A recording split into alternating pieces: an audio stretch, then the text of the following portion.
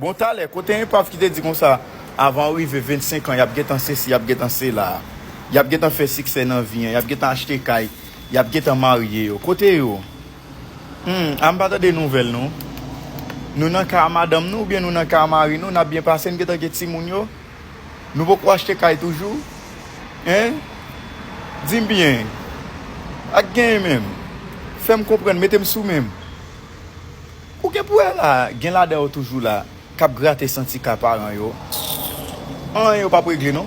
Gen la même travail yo pour ka jwenn non. Et gen la m konnen kap fait vie programme. Oui, et gen la tout qui fait vie pute. Ça ouais les bouzins.